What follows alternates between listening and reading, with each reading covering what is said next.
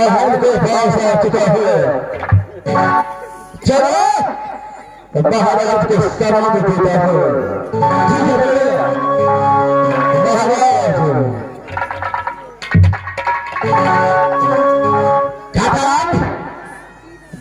महाराज महाराज आपका काम पूरा करके ये काम पंचायत आपको बहुत पूरा कर चुका है।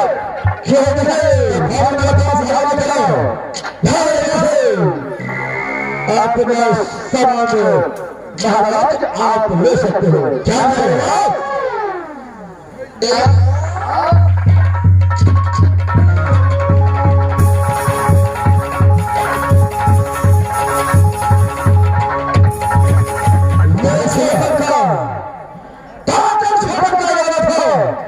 काम पूरा करके दिया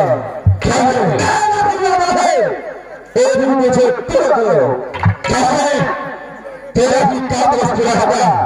तुम जाओ से नौकरी को बहुत से खा चुका तुम्हारा काम पूरा कर देगा। और ठीक है मैं भाग्य नहीं चाहता हूँ जितना मुझे इच्छा होगा उतना सोचा पाने के बाद रखा दूंगा।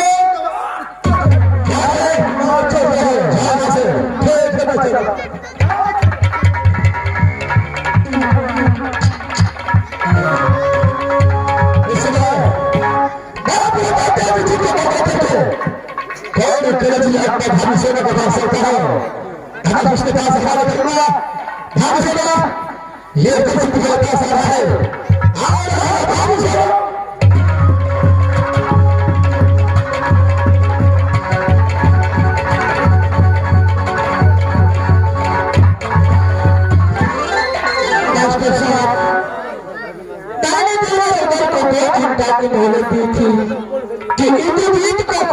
चाहिए लेकिन 2 घंटा से डालते जा रहे हैं अभी तक लौट के नहीं आए। खैर ठीक है मैं कुछ देर और इंतजार करती हूँ।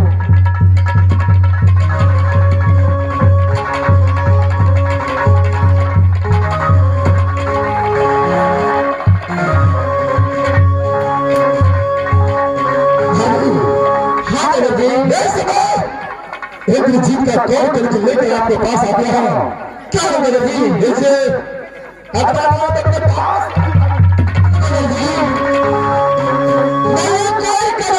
क्या करेंगे देव जी? क्या देव जी ये कौन गलती हमारा और आप उसने करके जाते क्या करूंगा? देव जी मैंने इंद्रजीत को इसलिए कतल करवाई कि आगे चलकर इंद्रजीत को यह सिंहासन मिल जाता अभी 14 कोस के राजा बन जाता। इसीलिए मैंने आपसे सब करवाकर इंद्रजीत को कतल करवाई। क्या मेरे बेटे इंद्रजीत के दरबार भाभी हाँ कर दी।